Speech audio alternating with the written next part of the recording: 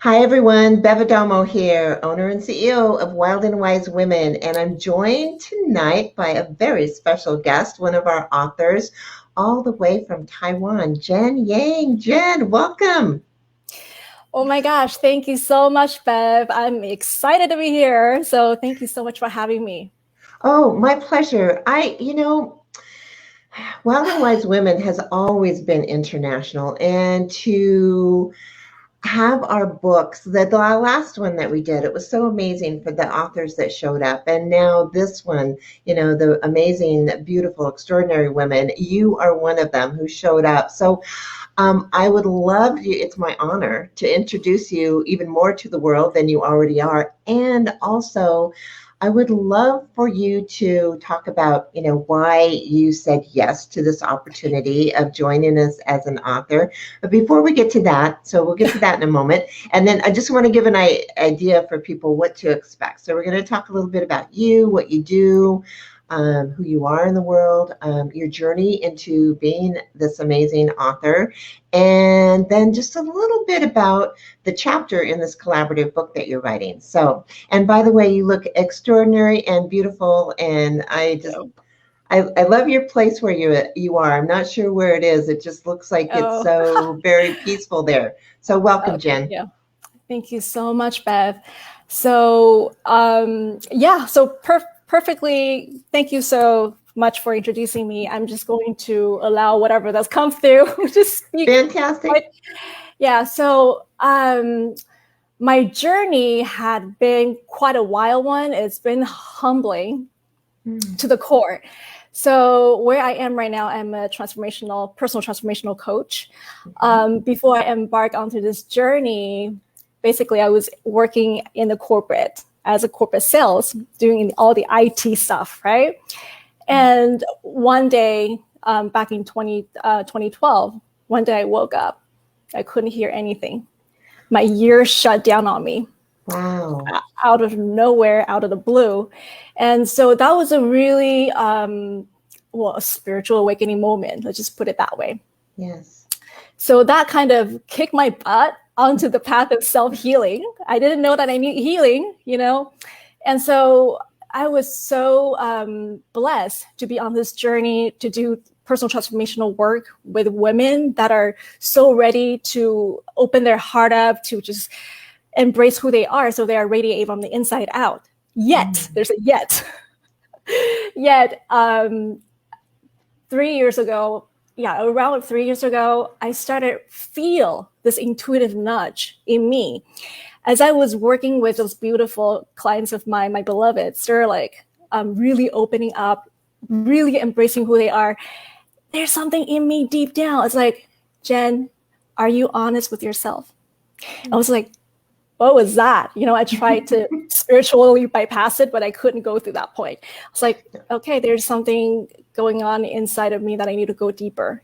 If I really, really want to dedicate my life force in what I do, going deep with the clients to support them fully, I better do my freaking job inside of myself. And okay, so perfect that you just brought it up, why I started wanting to write about my story. Yeah. So it's about home, and of course, physical home for me, yet on a different sense, it's about coming back to your inner home where I kind of felt like there's something need deeper honesty to be tapped in, because when I go back to the memories of the childhood, I saw stuff that I wasn't yet completely reconciled with. Okay. And that brought me into the ancestral lineage healing, which I didn't expect myself to do that. So long story short, my story shared in the chapter is about, my family trauma. Okay, my family trauma. Yeah, many of us, we carry family trauma all along. Yes. But the generations, let's just say generational trauma can influence so many generations, on and on and on, until someday someone is like, let's just break the curse. Yeah. And it can be you, it can be me, it can be everyone who is awakened to this calling. And I felt called to look deeper into the darkness, which is something that I tried so hard to escape from. That's like the subconscious part of it. It's like there's a lot of distorted feminine energy in the house. When I was saying distorted feminine energy, it's like suppression, not allow your voice to be out.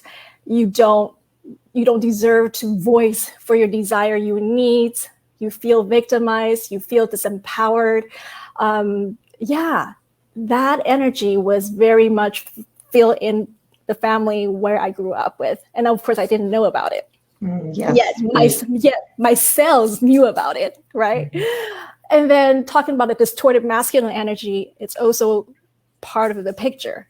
So distorted masculine energy has to do with, I don't know, like, I don't want to hear anything about intuition. I don't want to know anything about emotion. I'm not open. I'm not open. And the need to strive, compete, and compare to show the bigness in order to dominate. So those two energies in my physical family trauma was presented there. And I, as a very highly sensitive kid, I sensed it already, but I didn't know how to deal with it. So I shut down. I became like a very self-trained perfectionist, self-trained people pleaser. You can say that. I'm just going to go ahead and just try to survive through my own little tactics, right? And those are the distorted feminine energy and distorted masculine energy in me manifesting outwards. And I was taught with a lot of, let's just say, spiritual spanking.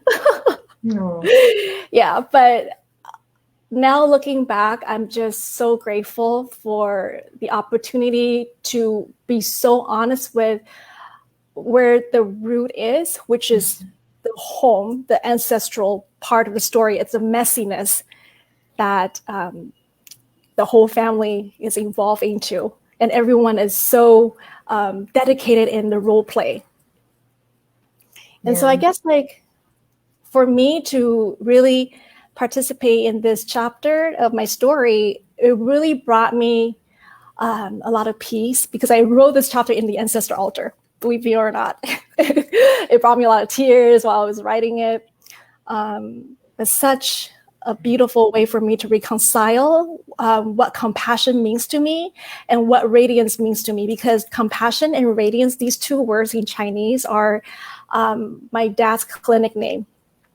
So compassion in Chinese, it's called silky heart. Silk on the top, the structure of it, silk, and a heart on the bottom.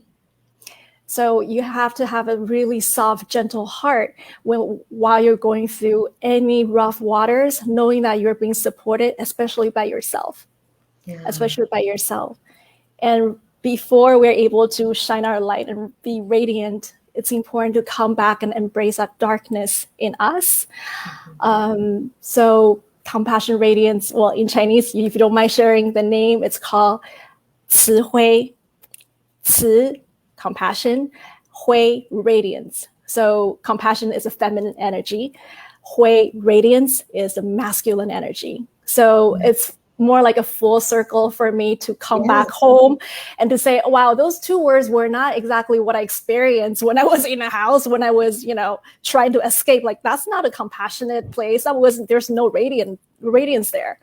And come back to a full circle and say, this is why I'm learning about compassion. This is why I'm learning about empathy, forgiveness for all the experiences everyone is going through. So I don't know if you understand what I'm trying to. Yes, Jen, absolutely. This is really beautiful. And one of the reasons why I'm so excited for you to share your story in the book and to talk about this, because it's so timely. There's a lot of people all over the world who are, coming to this place of looking at generational issues, things that have happened maybe, 1, 2, or more, ancestral issues. And how do we recognize and what's going on, and how do we then reconcile? How do we bring that together and do the work? So I love that, you're like this shining role model for people to look to in how to really work with this generational issues and how then the ancestral issues and what to do with them and how to reconcile them. And so I just, I know a little bit even more about your journey, and it's so it's divine, really. And I know that, like you said, at the time, it didn't feel like it. It didn't feel like compassion. It didn't feel like No. radiance. It just felt, just hard to find words that for how it must have been devastating in certain conditions and things like that. And for you to be willing to tell your story so you can also inspire and help others to be willing to look at what's happened to them, not just in immediate family, but generationally and ancestrally. Definitely. It's just so beautiful. So so tell us a little bit. So within your business that you have now as a transformational mentor and a self-love guide and the things that you do. And by the way, all of y'all out there listening, I have personally experienced Jen's magic and her mastery, and it's amazing and extraordinary. So before we leave here, Jen, I want to make sure people know how to contact you, because really you're just fantastic. I don't know Thank you how so I can much. say more. Yes, the healing and the information, the insightful information that comes through and the work that you do that really helped me. And I consider myself pretty evolved and fairly, I've done a lot of work, that's for sure. And and I do this kind of work myself. And at the same time, what you brought to me through the work that you do in the world was magnificent. So if you could talk a little bit about what you do now for people in terms of your mastery and your techniques or something like that, just a little bit about it, and also how they can get in touch with you so they can learn more. Oh, thank you so much. So basically, what I do as far as the personal transformational work that I've done for years, myself, has also been called to bring in more soul alignment modalities into the service, because I feel like we are all souls. We're trying to navigate, like, okay, where's my path? And am I using my gifts, and am I doing the right way? How come it's still experiencing this or that? How come it's not feeling like everything's in alignment? Right. So I feel called to really bring this part of the service, to integrate it in a way to offer to women. They are navigating on their conscious empowerment path, because I used to abandon myself for quite a long time, not till I really embarked onto this path of self-healing, and then the energetic works, and then the soul alignment work. So definitely would love to support and to offer my soul alignment blueprint, you could call that the blueprint, to help people to really own their gifts from the core of their heart, so they are feeling the inner fulfillment as well as the outer fulfillment, but in an organic way, not like trying to make it happen. Yes, I love that. That's what I loved about in the work that you did with me, with the soul alignment and the blueprint. And for a lot of you out there who, you've done a lot of work and you've been through different things. And what you really allowed me to understand is not only a confirmation of the fact that, I've done a lot of the work and how it, really fit in with my soul and how my soul was aligning, and the little nudges and things that I, didn't know about or wasn't sure what to do with, and having those things, it's kind of like a high performance car, if you will. And if it's only running on 7 cylinders, it's still going to get you, pretty far and everything. But that last little, just really getting that last cylinder up to, where it's running so in alignment with who you are. That's a lot of what I got from you, and I really appreciated that. Thank you. And a little side note about it is that I'm merging in compassion and radiance, these two words, into the blueprint is because even though if you know about your soul's potential in your soul's gift, yet we're still in this human body, right? We're allowing the human experience to just lead us to whatever experience that's our soul's expansion. So we need to be so compassionate with our human experience. We want to cry our eyeballs out. Don't worry about the alignment yet. Until you release that, and you can always choose to come back to in touch with that pure potential of your soul's desire to be more aligned, and then to put it out into the world to connect with everyone else in the world that way. Fantastic. Yeah. I love that. So I get what you were talking about in terms of why you felt that you were called to bring your story out now. Why did you say yes to this particular? Because there are other collaborative books or other places where you could write and things like that. So what in particular brought you to Wild and Wise? Your name, Wild and Wise Woman. Call me like loud and clear. We're wild in nature and we're wise in nature, yet sometimes we are so much stuck in our head and we ignore those inner wisdom in us and we lose our anchor. And then for you, Bev, thank you so much for the sacred work you're doing, supporting all the women in the world. I feel call immediately when I saw when I saw you were offering this opportunity, and I was like, yeah, I'm just gonna allow my wild child to just ride the waves. Fantastic. And so this is also an invitation to any of you watching either live or on replay, because when I first put the call out for authors, and it happened before, a lot of women said, yes, I want more information. There's a ton. And very few were actually divinely appointed to come into this. So I love to talk a little bit about, again, and thank you for answering the question, why you said yes, because you had this calling. And I know that a lot of women feel that, and yet they don't take that last, say that last yes. So did you find that you needed a little more courage, or you found a little more courage, or, what kind of tipped you over that? Because a lot of people are called and not everyone has the courage to say yes. So what was it for you?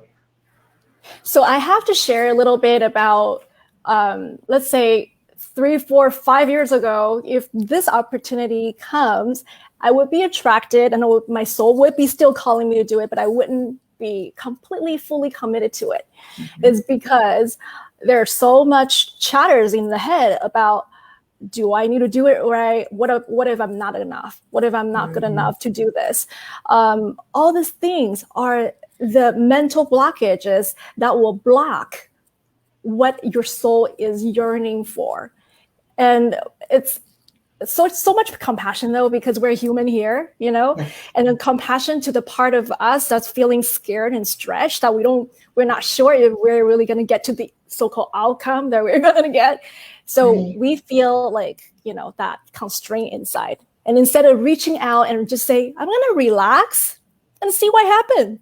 It's a fun journey. Let me just invite myself to just dance with the unknown, because we hear about dancing with the unknown all the time. But are we really doing that? Are we allowing yourself to just say, let me just dance with the unknown, however way it is? I know I'm going to experience something fantastic. If it's not, it's going to be a lesson learned.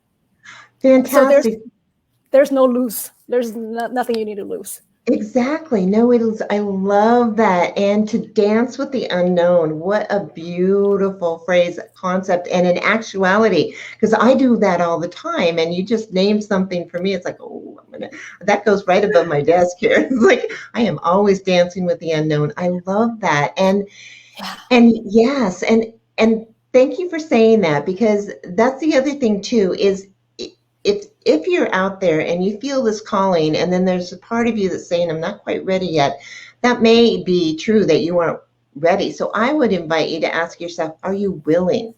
Are you willing to dance with the unknown? And like Jen said, it could be the biggest, greatest adventure of your life. And you could also just come away from something, say, having the experience of having done it. Because for me, I did a collaborative book years and years ago before I became a single book author. And for me, it wasn't the experience that I like to provide and to invite people into with Wild and Wise collaborative books.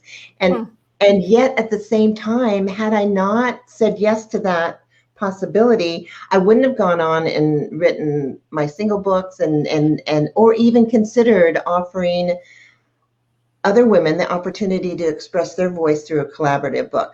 So, it's just, I totally get what you're saying, because for me, that wasn't the complete wild adventure I thought it was going to be. And at the same time, it led me to do what I'm doing today. And I love this. I love being able to offer this opportunity to women who have who have that willingness, and then that little bit of 20 seconds of courage that, they talk about. And I really admire you, Jen, for saying yes. Because when when you contacted me, and you're halfway around the world or however far away it is, and I just love that, because this is just so great. I just love that.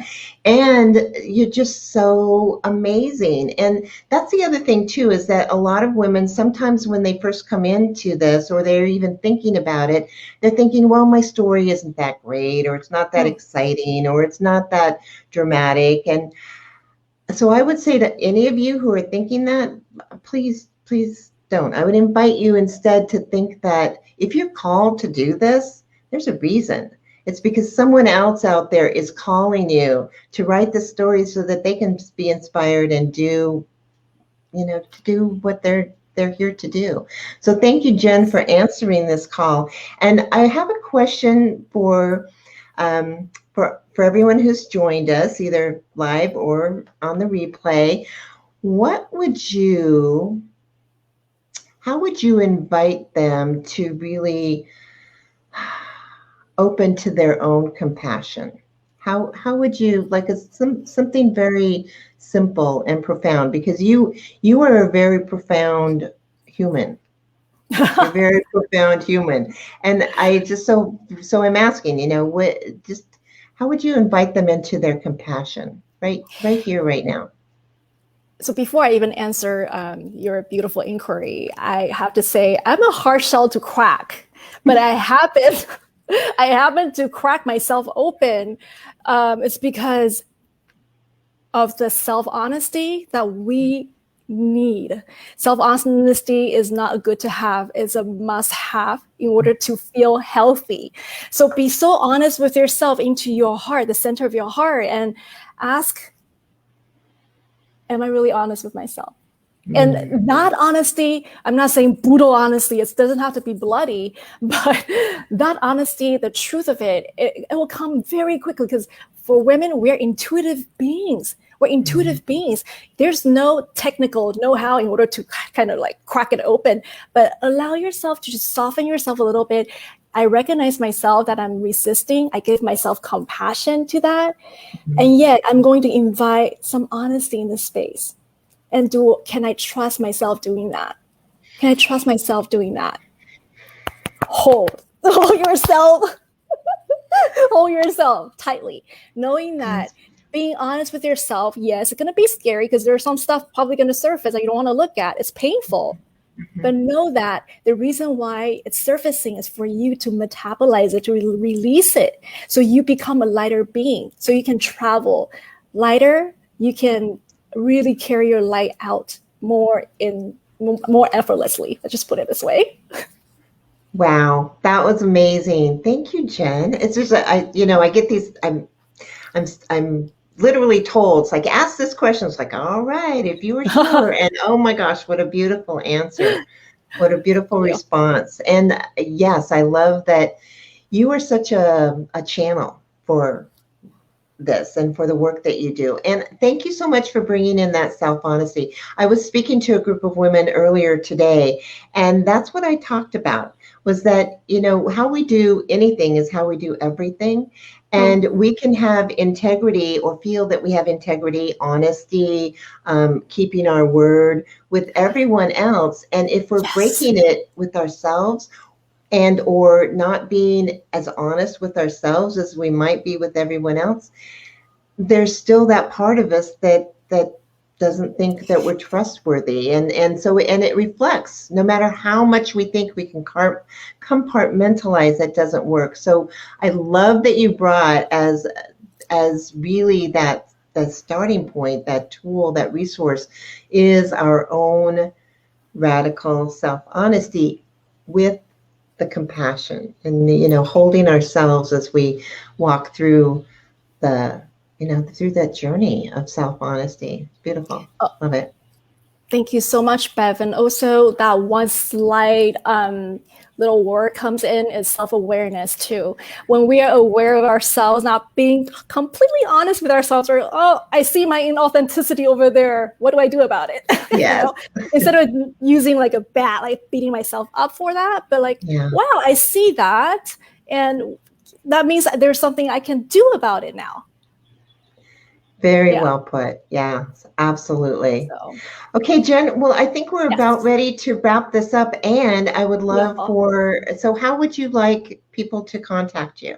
What's the best way? And or we can also, when we finish this broadcast, we can put in the comments some way to contact you if that's the easiest thing too. However, please go ahead and talk about how to contact you. So my website is Jane Yang Metamorphosis. One word is long, I know, sorry. JaneYangMetamorphosis.com, because we're all morphing, right? And you can contact me through my email is JaneYangMetamorphosis.com. Long as hell, but I'm always there. I'm always here to support you. And also you can just join. My business page. It's Jen Yang Metamorphosis. Same mentoring. Yeah. So that's it. Fantastic, Jen. And I personally, I love metamorphosis because I find myself, it feels like I haven't gone through just one caterpillar to butterfly. I've gone through so many. It's kind of exactly right. So it's not necessarily that it's just going to happen once. It seems to happen for those of us who are, it's our calling to do that and to teach other people and to guide other people in how to do that through compassion and self-love. So it's wherever you are. That's the thing about you, Jen, that I find also so very that calling, that I want to come in there. And thank you, Angie. She says a beautiful conversation and inspiring content. So thank you so much. We appreciate that. And you just, Jen, you have a way of being very non-judgmental, and in that helping us me and everyone else into the same place. That's and I love your realness. You're like very spiritual, and at the same time it's just like, we're gonna we're gonna kick some butt here. So I just love that, because that's me too. It's like, yep, we're gonna be spiritual, and at the same time, watch out, world, because here we come. We are warriors for love, and nothing's gonna stop us. So excited about this amazing book that's coming out, and thank you so much for taking the time. For those of you who are listening, Jen will be back when we get closer to the publishing of the book. And we'll talk a little bit more about your journey and the chapter at that point, because I'm sure people want to know what happened, because you said at the very beginning that, just all of a sudden your hearing wasn't there. It's like, oh my gosh, what did you do with that and everything else? So we're not going to tell you this time. We're going to little cliffhanger here. We will be back, though, to give you the rest of the story. Most definitely. So thank you again, Jen, for joining us from Taiwan. Thank you. Thrilled that to have these amazing women literally all over the world. It's just fantastic. So my absolute pleasure. Thank you so much, Bev. Absolutely, absolutely. So we'll be back, and all y'all out there, remember, one of the things that I say as often as I can is sometimes the wisest thing that you can do is to be unabashedly wild. Yes. All right, everyone. We'll see you all soon. And thank you, Jen, again. Appreciate you. Thank you. Thank you, everyone. Bye.